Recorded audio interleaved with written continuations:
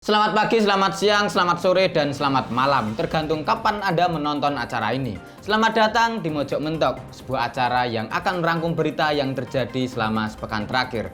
Tentu saja dibawakan secara cerdas, tangkas, dan terengginas oleh saya sendiri, Agus Mulyadi. Agus Mulyadi. Agus Mulyadi. Sebagai host yang akan menemani Anda dengan deng.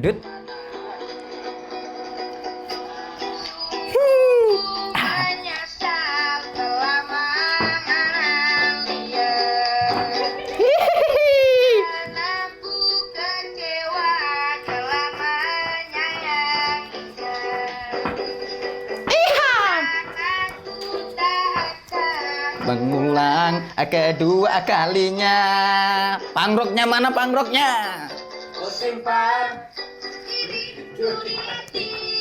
Indonesia kembali gagal meraih gelar juara di ajang Piala AFF. Dalam partai final Piala AFF 2020 leg kedua melawan Thailand pada Sabtu 1 Januari 2022 lalu, Indonesia hanya bisa bermain imbang 2-2 dan membuat skor agregat menjadi 6-2 untuk Thailand. Sebab pada pertandingan leg pertama, Indonesia kalah telak 4-0. Hasil tersebut pada akhirnya membuat Indonesia harus rela gigit jari dan memperpanjang pencapaian runner-up di ajang sepak bola antar negara Asia Tenggara ini. Sepanjang perhelatan Piala AFF, Indonesia berhasil tampil sebagai finalis sebanyak 6 kali tanpa satu kali pun menjadi juara. Masing-masing kalah oleh Thailand 4 kali, kalah oleh Malaysia 1 kali, dan kalah oleh Singapura 1 kali. Walaupun gagal menjadi juara dan lagi-lagi hanya bisa menjadi runner-up, namun publik Indonesia boleh berbangga diri. Sebab di bawah kepemimpinan pelatih asal Korea Selatan Shin Tae-yong, timnas Indonesia tampil dengan skuad yang berusia muda. Dari 30 pemain yang dipanggil oleh Shin Tae-yong, 15 diantaranya adalah pemain berusia 18-23 tahun. Bahkan pemain yang berusia di atas 30 tahun hanya 2, yakni Fakhrudin Arianto dan Victor Igbonevo. Hal ini tak pelak melahirkan harapan akan prestasi timnas senior di masa depan. Oke, buat timnas Indonesia ya, terima kasih atas perjuangannya yang gigih dan tak kenal menyerah ya. Kami masyarakat Indonesia tetap bangga pada kalian ya. Tak mengapa gagal jadi juara ya, cuma jadi runner up lah ya. Ingat, di ajang Indonesian Idol itu banyak runner up yang jauh lebih sukses dan moncer ketimbang juaranya ya. You name it, Dillon, Judika, siapa, Gisel, Citra Scholastika, itu runner up semua dan lebih terkenal dan lebih moncer ketimbang juaranya ya. So jangan sedih jadi runner up ya. Lagi pula itu siapa, Supacok Saracat atau siapa, Canatip Songkrasin atau Terasil Dangda itu mau juara berkali-kali pun ya nggak bakal jadi bintang iklan sosisones atau extra joss. Yang bakal jadi bintang iklan sosisones dan extra joss tetap pemain timnas kita ya. So buat main timnas tetaplah menegakkan kepala ya. Terus berlatih, asa kemampuan, juara itu nomor sekian. Lagian kalau timnas kalah dan tampil buruk, yang kami salahkan dan kami goblok-goblokin itu bukan kalian ya. Paling ya Iwan Bule lah ya, jadi slow saja. Pokoknya kami ini ya pejah gesang derek Garuda. Kalah mabuk dewe, menang mabuk rame-rame. Kene yuk, Kebijakan kenaikan tarif cukai hasil tembakau atau CHT sebesar 12% yang ditetapkan oleh pemerintah dan diumumkan sejak tanggal 13 Desember 2021 lalu oleh Menteri Keuangan Sri Mulyani sudah resmi berlaku per tanggal 1 Januari 2022 kemarin. Kenaikan tarif cukai tersebut langsung berimbas pada kenaikan harga jual eceran rokok per bungkusnya. Rokok-rokok yang bukan sigaret kretek tangan mencatatkan kenaikan harga yang sangat signifikan. Rokok Sampurna Mil 16 batang misalnya mengalami kenaikan dari sebelumnya 26.000 menjadi 29.000. Gudang garam Garpit dan Jarum Super 12 batang dari 19.000 menjadi 23.000. Sementara Marlboro Merah dari 34.000 menjadi 38.000. Kenaikan harga rokok tersebut tentu saja menjadi isu yang cukup ramai untuk diperbincangkan, utamanya oleh para perokok. Kenaikan harga rokok yang dipicu oleh kenaikan tarif cukai ini kemudian ikut mendongkrak pamor tembakau linting yang kian hari kian populer sebagai pengganti rokok konvensional. Ya, masuk ya, harga rokok naik signifikan. Bahkan sampai ada yang berapa tadi, nyaris 40.000 ya. Jangan heran kalau rokok kelak bakal menjadi harta yang sangat berharga ya. Saking berharganya orang akan makin teliti, utamanya dalam menghabiskan rokok sampai ujung filter paling mepet lah ya. 1 mili 2 mili ini nanti akan sangat layak untuk diperjuangkan ya. Kenaikan tarif cukai hasil tembakau ini sejatinya bukan hanya menaikkan harga rokok loh ya, namun juga menaikkan kewaspadaan para perokok terhadap kawan-kawannya yang sering bawa korek tok tapi nggak bawa rokok ya. Ini persis kayak tukang las nih, bawa korek tok nggak bawa rokok. Maka hal ini harus diwaspadai oleh segenap perokok ya. Bukan tak mungkin nanti muncul banyak konflik horizontal yang diakibatkan oleh kawan-kawan nggak tahu diri ini ya, yang suka minta rokok seenaknya kepada kawan-kawan yang punya rokok.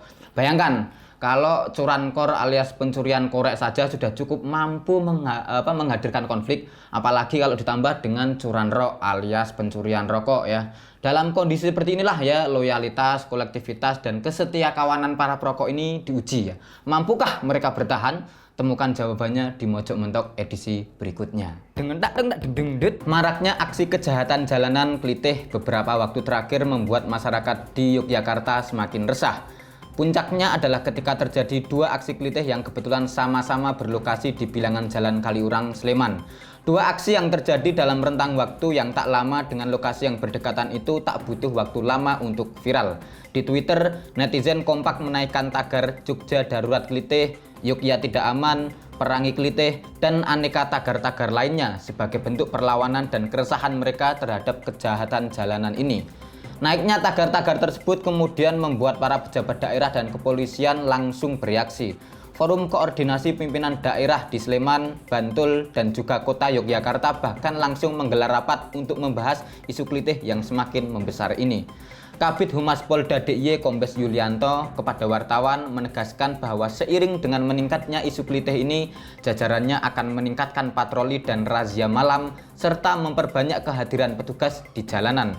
Hal tersebut menurut Yulianto dilakukan sebagai upaya untuk menjamin keamanan masyarakat dan wisatawan di wilayah daerah istimewa Yogyakarta. Oke, terkait isu kelitih yang memang sedang cukup naik dan viral di media sosial ini, kami sudah menghadirkan narasumber yang tentu saja kompeten ya. Siapa narasumber kita?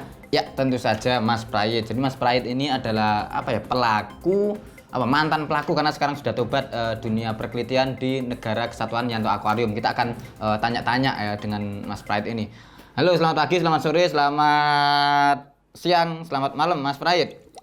Kabar baik? Alhamdulillah. Tadi banyak yang ngira jenengan itu sudah mati loh Mas.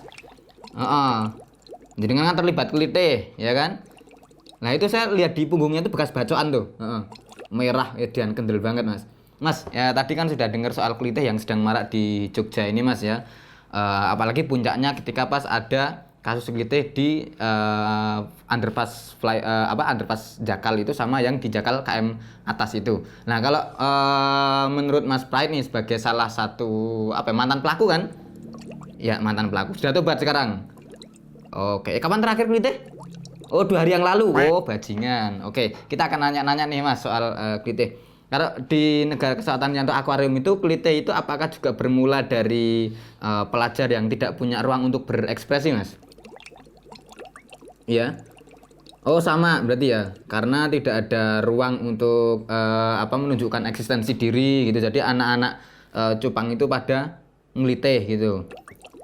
Oh, oke siap. Terus korbannya gimana? Kalau di sini kan sekarang mulai acak ya korbannya. Kalau di Negara Kesatuan Yanto Aquarium cupang-cupang pada ngelitih itu acak juga korbannya. Oh iya sama acak juga. Apa? Oh tapi sekarang sudah mulai menetapkan target gitu ya. Ini sudah lama? Oh barusan. Kenapa Mas?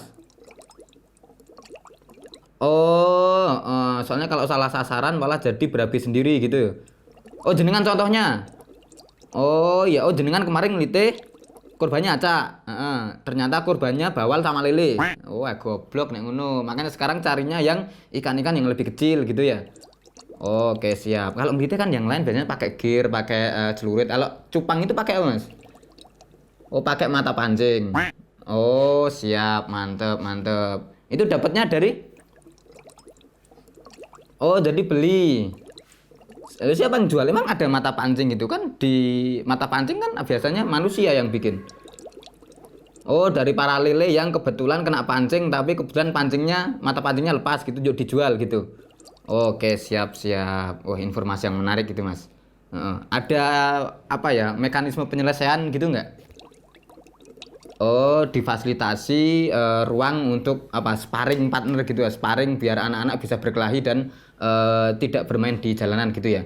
Oke, siap siap. Oke, terima kasih Mas Prayit ya. Semoga apa tobatnya bukan cuma sementara tapi apa tobat terus. Saya juga udah kasihan lihat jenengan tuh wes awak elek, rupanya elek, kebak bacoan gitu ya. Oke, siap. Oke, terima kasih Mas Prayit. Ya, itulah obrolan saya bersama Mas Prayit, mantan praktisi perkelitian di Negara Kesatuan Yanto Akuarium ya. Obrolan saya bersama Mas Prayit barusan sekaligus mengakhiri perjumpaan kita di Mojok Mentok episode kali ini. Sampai jumpa di episode berikutnya tentu saja dengan narasumber yang jauh lebih kompeten ya. Kalau sekarang kan pelakunya siapa tahu besok kita bisa menghadirkan korbannya ya. Besok ganti spat atau lele atau apa bawal gitu ya. Oke, terima kasih. Sampai jumpa. Tapi nek klitih ngono iki piye, Pak? Kecekel ngono langsung disalam olahraga ra iki. Nek ning kene kan kejem-kejem, Pak. Klitih konangan langsung do komentare kejem-kejem soldir matane wae lur. Kan ning ngono ngeri juga. Oh, jabuti insange ngono. Wah, ngeri banget bajingan ngeri ya jebul Negara Kesatuan Yanto Akuarium ya.